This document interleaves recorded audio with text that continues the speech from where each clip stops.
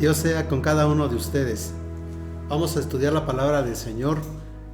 Hoy quiero hablarles acerca de la esperanza que se vuelve tan necesaria en este tiempo, a fin de que la estemos cultivando, y es un llamado también para aquellos que han perdido toda esperanza, a fin de que la recuperen. Pero vamos a ponernos en las manos del Señor para pedirle que Él sea el que nos alumbre nuestro entendimiento. Amado Padre, que tu Espíritu Santo una vez más provoque en nosotros ese conocimiento a través de la Biblia que tú esperas que tengamos. Tú nos has provocado a través de Jesucristo una esperanza bienaventurada.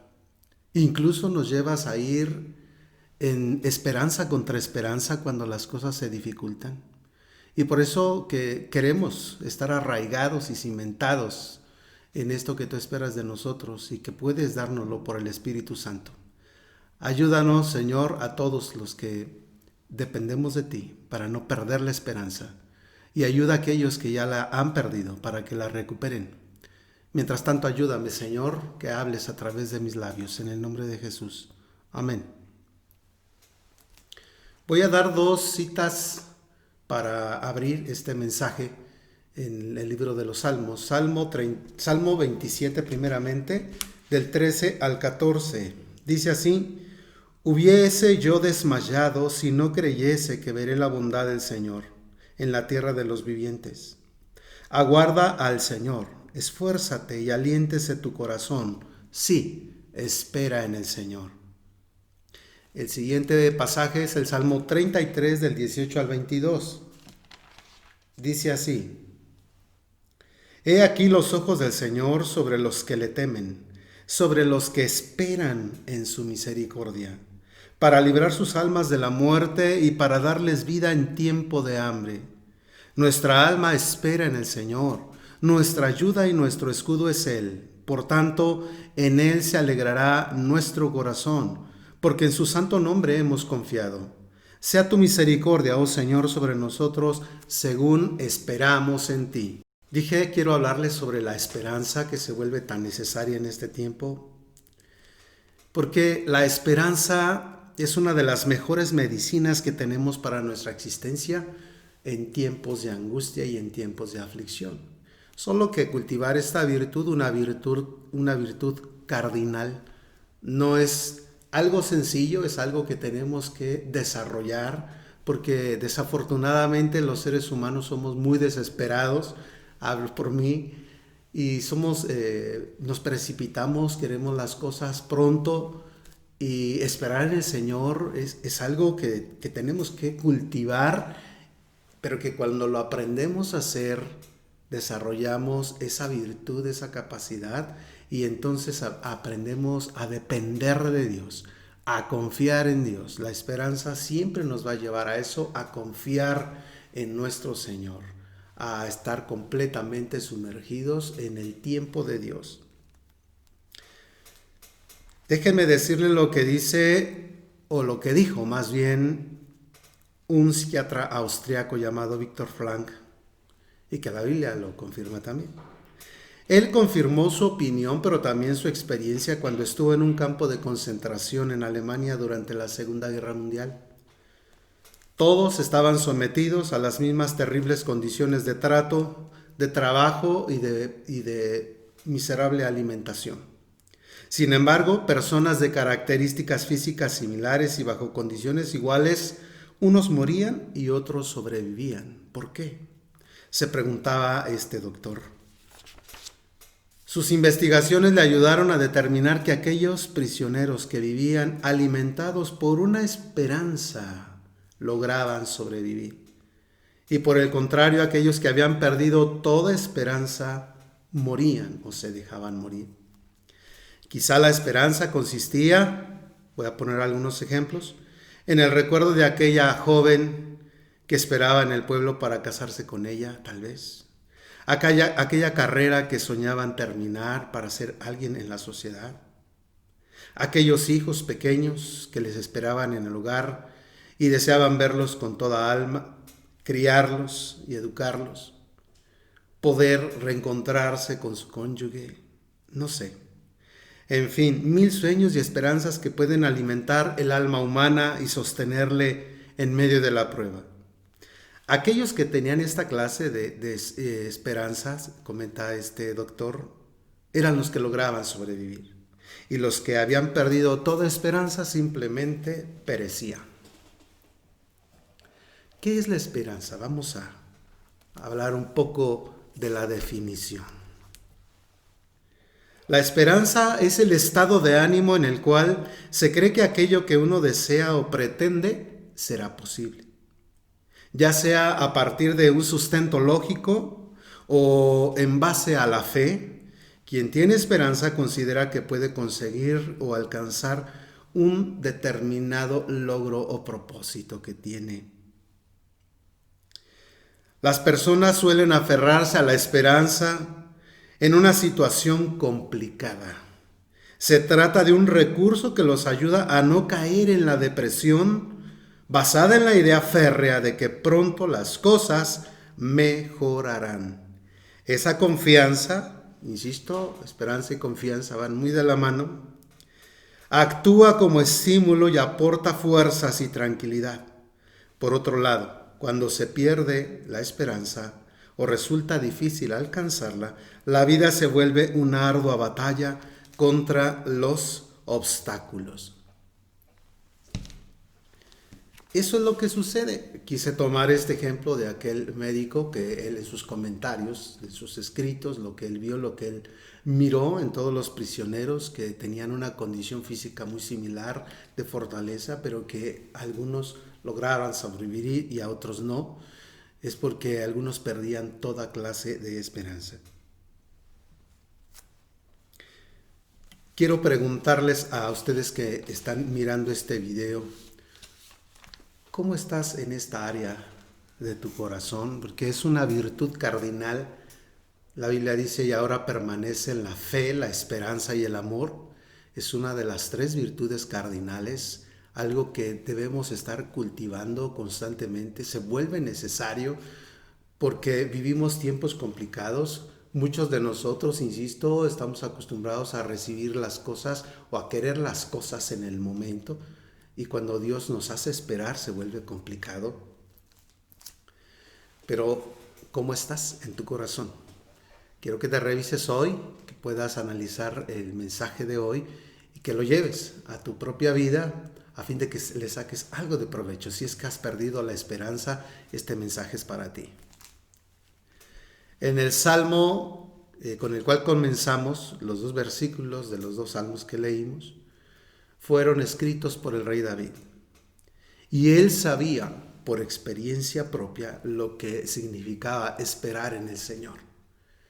Creo yo que los salmos que se escribieron, tanto los que él escribió como de otros personajes de la historia bíblica que escribieron, tienen mucho que ver con sus experiencias que estaban viviendo, como que era una forma de expresar, de decir lo que estaban atravesando, lo que estaban sintiendo. Por eso cuando nosotros leemos los salmos nos identificamos, ¿verdad?, con algunos de ellos, porque decimos, creo que el escritor está o vivió algo parecido a lo que yo estoy viviendo.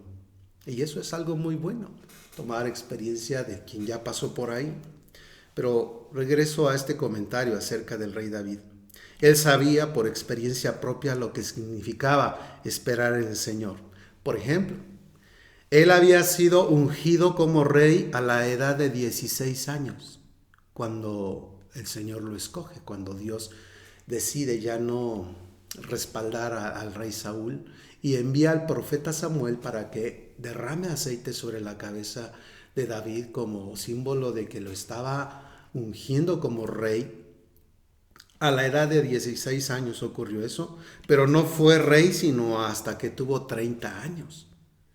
Entonces esto nos habla de que fue un periodo de aproximadamente 14 años en el que tuvo que esperar el cumplimiento de la palabra y de la promesa de Dios sobre su vida.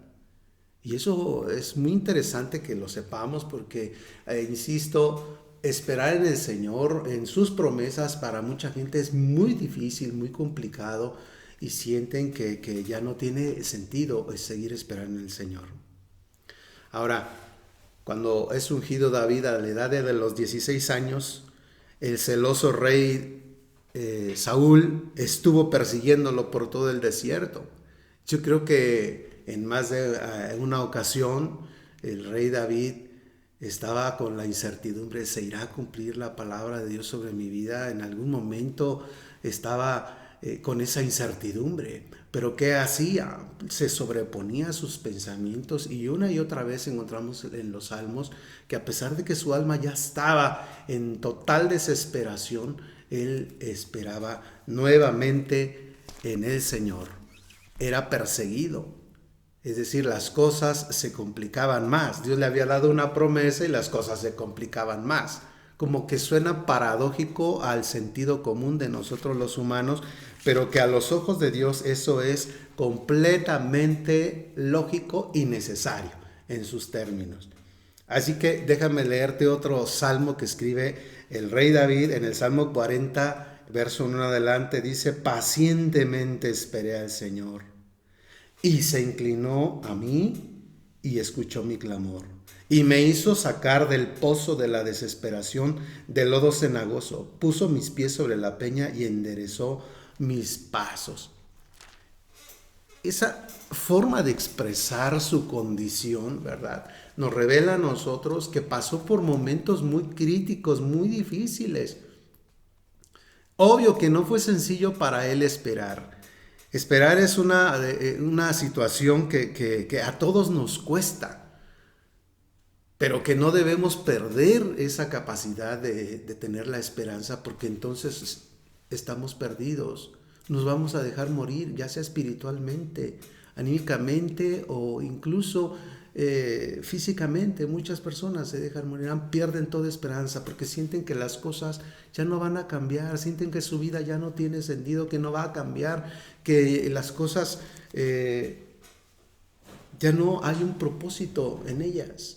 Pero te reitero, si somos capaces de esperar pacientemente en el Señor, lograremos ver su bondad y su misericordia. No es algo sencillo, dije, pero es lo mejor que podemos hacer.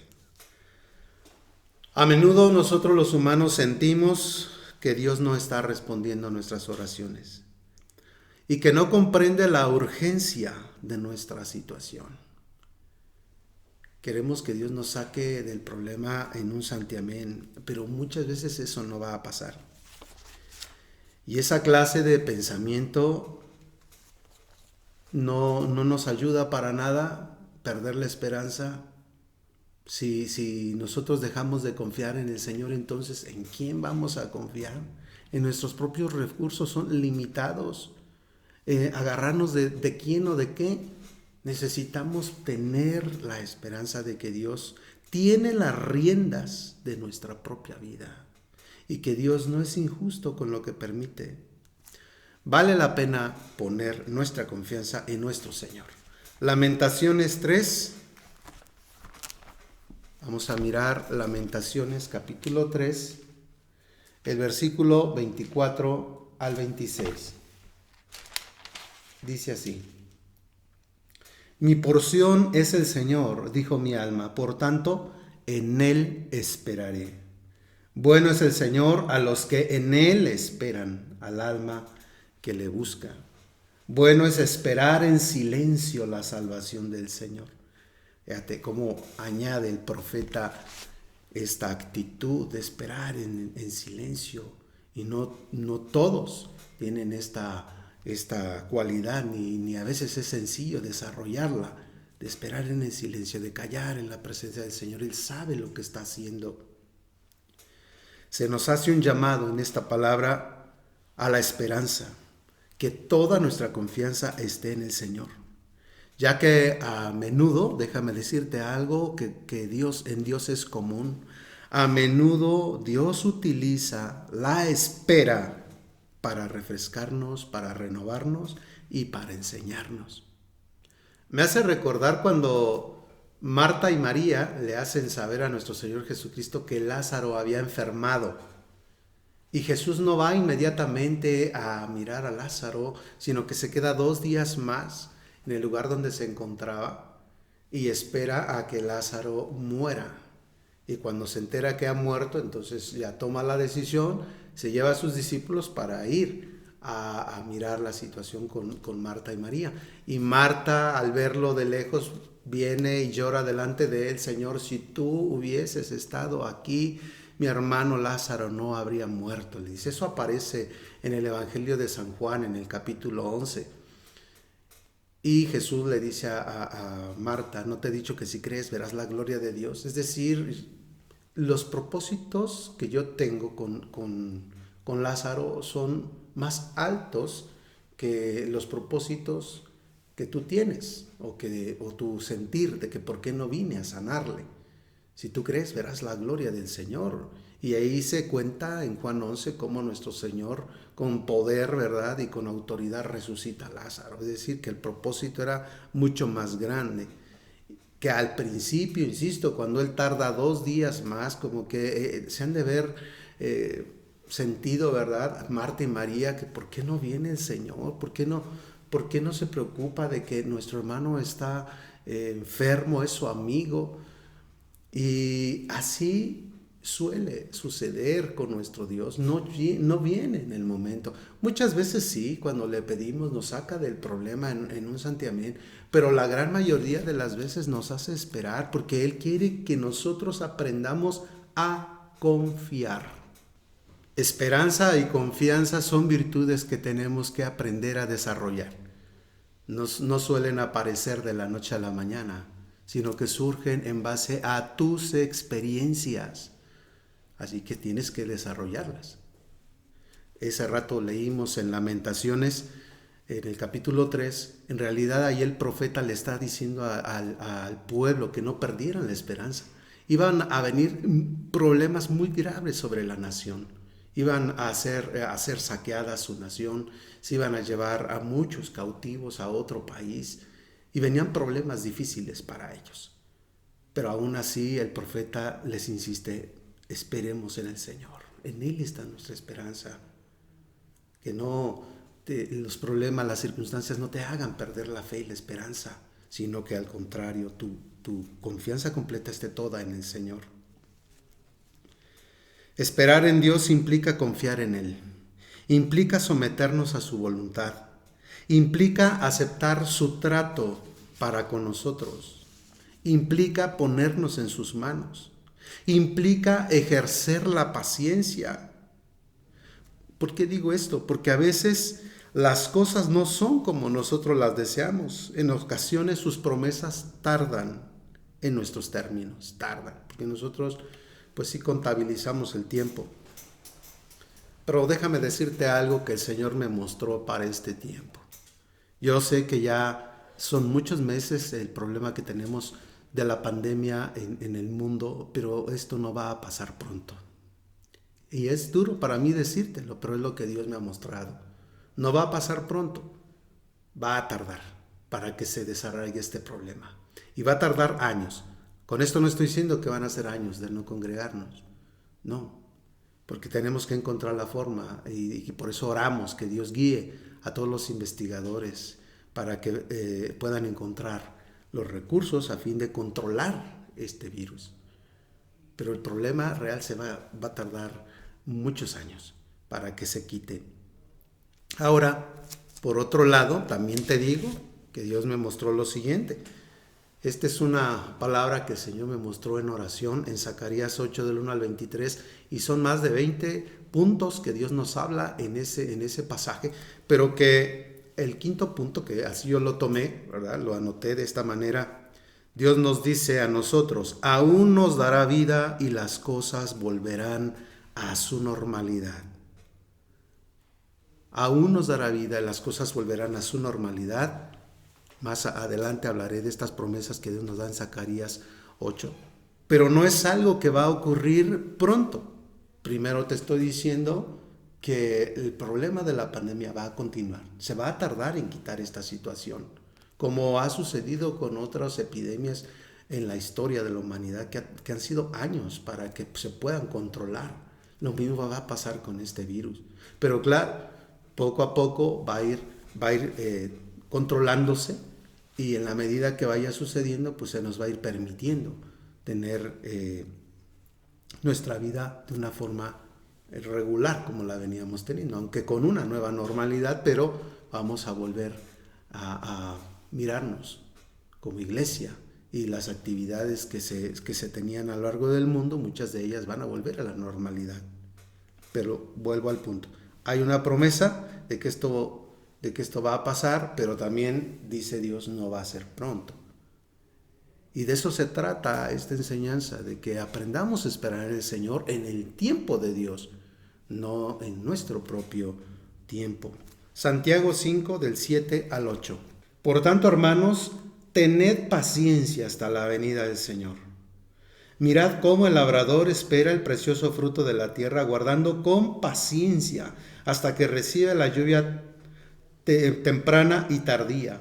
Tened también vosotros paciencia y afirmad vuestros corazones, porque la venida del Señor está cerca. Santiago escribió este pasaje para que los cristianos no perdiesen su esperanza en la porción que tenemos de heredar la vida eterna. Pero también comenta ahí, la venida del Señor está cerca. Desde esos días se decía que ya estaba cerca, pues ahora estamos mucho más cerca. Pero con esto no estoy diciendo que el Señor ya viene. Déjame aclarar una situación en base al cómputo de periodos de la profecía bíblica que hemos estudiado. No viene para esta generación. En esta no nos va a tocar ver a nosotros, en esta generación, la venida del Señor. Todavía falta para que llegue. Pero claro, con esto no estoy diciendo que son miles de años los que faltan para que Él venga. No. La venida del Señor, desde esos días ya se contemplaba que ya estaba cerca, pues ahora más. El Señor tiene el fin de la historia de la humanidad para renovar todas las cosas. A finales de este sexto milenio es cuando el Señor vendrá por su pueblo. Ahora, algunos dirán, pues si falta mucho, pues entonces, ¿qué voy a hacer con mi vida? Yo ya estoy desesperado, estoy desesperada. Precisamente esta enseñanza es para que recuperes tu esperanza, para que pacientemente lo hagas, confiando en el Señor. Y aunque no nos toque vivir la segunda venida del Señor, el arrebatamiento, no nos toque vivirlo, pero que eso no te haga perder la fe. Aunque la situación de la pandemia no se acabe y otras cosas que vienen, porque como dije en alguna enseñanza, si no la has escuchado, yo te invito a que la escuches. En la enseñanza de aún no es el fin, viene un comentario de que este milenio estará cargado de muchas complicaciones y dificultades, desastres naturales, porque Dios quiere que la humanidad comience a voltear más hacia Él.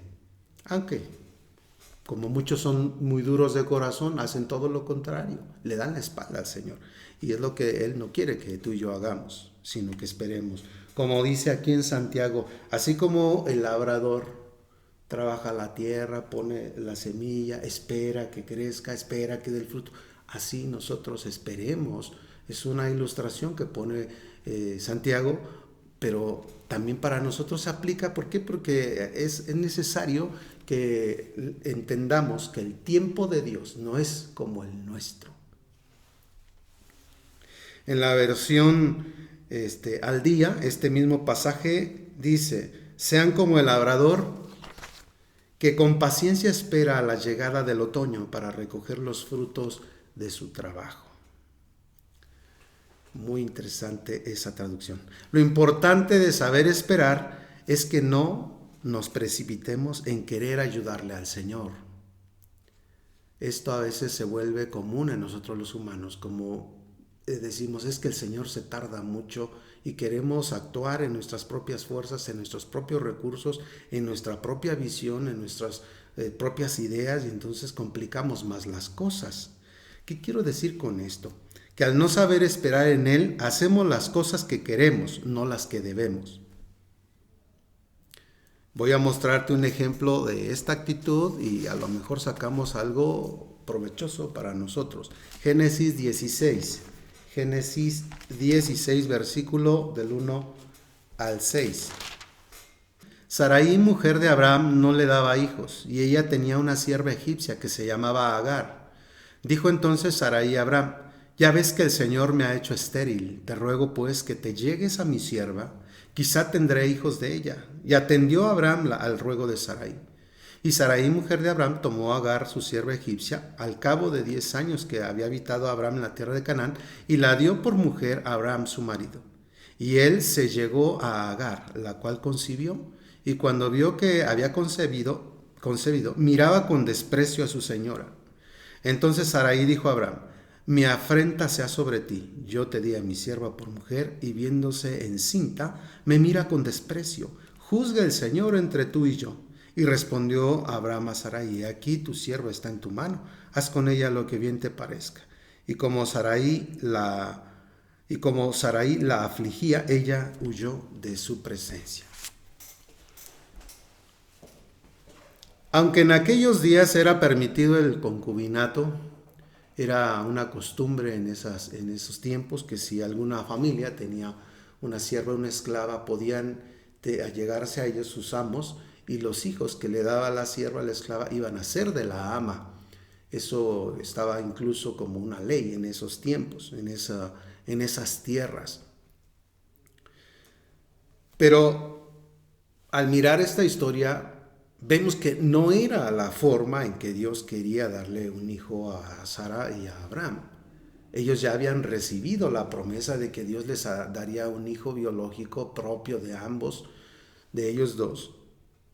Pero ellos, o más bien Sara, toma la iniciativa, como diciendo: yo ya estoy desesperada, es una afrenta para mí no tener hijo, y lo que voy a hacer, pues voy a adoptar la costumbre de esta tierra, y el hijo que me dé mi sierva será para mí, yo lo tendré sobre mis rodillas.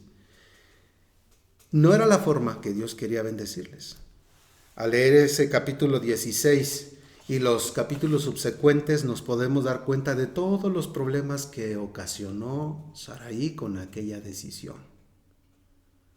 Porque ayudarle a Dios no trae bendición. Es decir, cuando digo ayudarle a Dios, significa que tomes la iniciativa de hacer las cosas por ti mismo, porque a veces no sabemos esperar en el Señor. Sarai quería una solución a su necesidad, pero ya, rápida. ¿Y qué hace Abraham? Pues no llevarle la contraria a su mujer por no tener problemas con ella. Apoya y dice: bueno, si es lo que quieres. Ahora, yo les pregunto, ¿realmente solucionó su necesidad de ser madre, Sarai? ¿Solucionó esa situación de que ella estaba desesperada por no poder tener un bebé? Claro que no. Al contrario, se acarrearon más problemas, más y más problemas. Ahí en el último versículo que leí dice que Sarai pues la miraba con desprecio a Agar. Agar toma la decisión de irse, y Dios le habla en el desierto de que regrese, se ponga sumisa sobre su señora, bajo la mano de su señora. Pero ahí no acaba el problema, porque el niño Ismael crecía, y cuando ya finalmente Abraham decide, o Dios decide más bien, darle el hijo a Abraham y a Sarai, ahora el que menospreciaba al niño pues era Ismael, menospreciaba a Isaac, y siempre fueron conflictos y problemas. Y Dios te los quiere evitar. Si sabemos esperar en Él, te quiere evitar ese desenlace de problemas que a veces nosotros nos acarreamos, pero por nuestras decisiones, por no preguntarle a Dios. Nos parecemos mucho a Sarai a veces, le queremos ayudar al Señor. Y tomamos decisiones o resoluciones sin incluirlo a Él. A veces hacemos las cosas a nuestra manera y a nuestro tiempo. No queremos esperar en el Señor, y no nos damos cuenta que a veces eso va a acarrearnos más aflicción.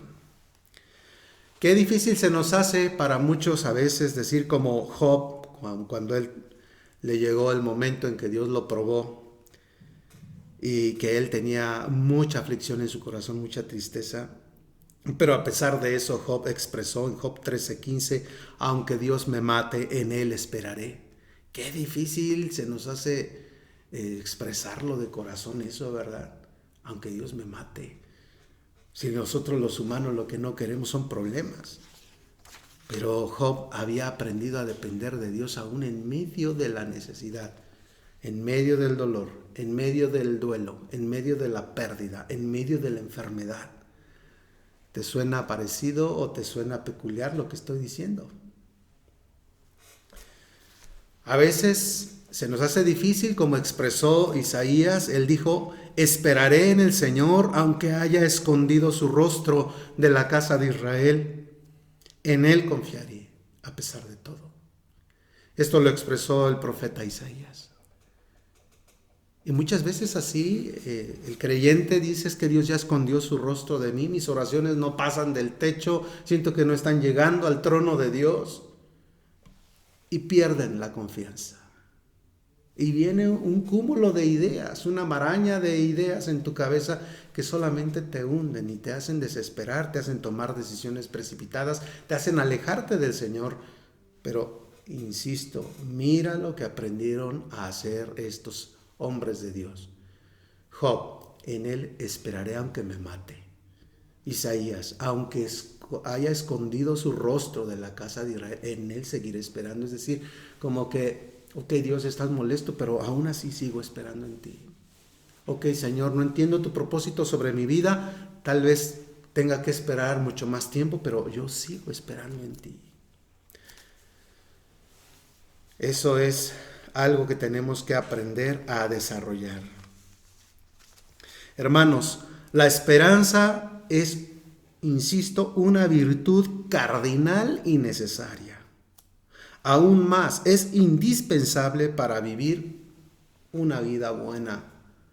Una vida que en medio de todo lo que vivas, en medio de todo lo que pases, puedes estar seguro y convencido de que estás en las manos del Señor y de que Dios está trabajando a tu favor pese a lo que vivas. Porque vivir, hermanos y hermanas, es más que respirar. El que no tiene esperanza es como una noche sin aurora, como cielo sin estrellas, como una jaula sin ave, como un jardín sin flores. La esperanza es en el enfermo la medicina para su cuerpo. La esperanza del prisionero es ventana de la luz de su celda oscura. La esperanza del necesitado es la llave que le permitirá abrir nuevos horizontes. Así que abriguemos la esperanza de ver días mejores, aunque tarden. Ya te mostré la palabra que Dios me dio.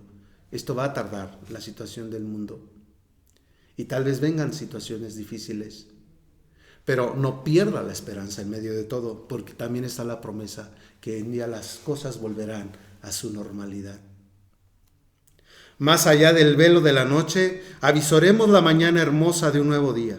En cada botón miremos la flor que se abre. En cada niño contemplemos al hombre fuerte que se levantará. En cada fracaso sintamos que no estamos solos y que nos estamos preparando para un nuevo triunfo. Pero nuestra principal esperanza, déjenme decirles, debe estar puesta en aquel que dijo lo siguiente. Te lo quiero mostrar. Es maravilloso este pasaje en Jeremías 17.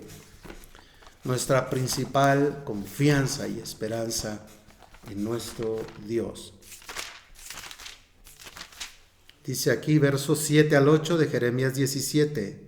Bendito el varón que confía en el Señor y cuya confianza es el Señor, porque será como el árbol plantado junto a las aguas, que junto a la corriente echará sus raíces, y no verá cuando viene el calor, sino que su hoja estará verde, y en el año de la sequía no se fatigará, ni dejará de dar su fruto. ¿Por qué? Porque esa persona está arraigada y cimentada, confiada en Dios. Y aún en medio de la sequía, en medio de la turbulencia, se mantiene firme y aún así da su fruto a su tiempo. Salmo 31, con este pasaje quiero terminar. Salmo 31, versículo 24. Esforzaos todos vosotros los que esperáis en el Señor, y tome aliento vuestro corazón. Hermano, hermana, hay personas que se identifican con la doctrina cristiana y que están mirando este video. No dudes de esperar en el Señor, ni te canses de esperar en Él. Confía aún en medio de la prueba. Él sabe perfectamente que te puedes debilitar, puedes tropezar. Por eso tómate de la mano de Él. Sé paciente, porque pasará el invierno y vendrá la primavera. No te apartes de la presencia del Señor. Que Dios te bendiga.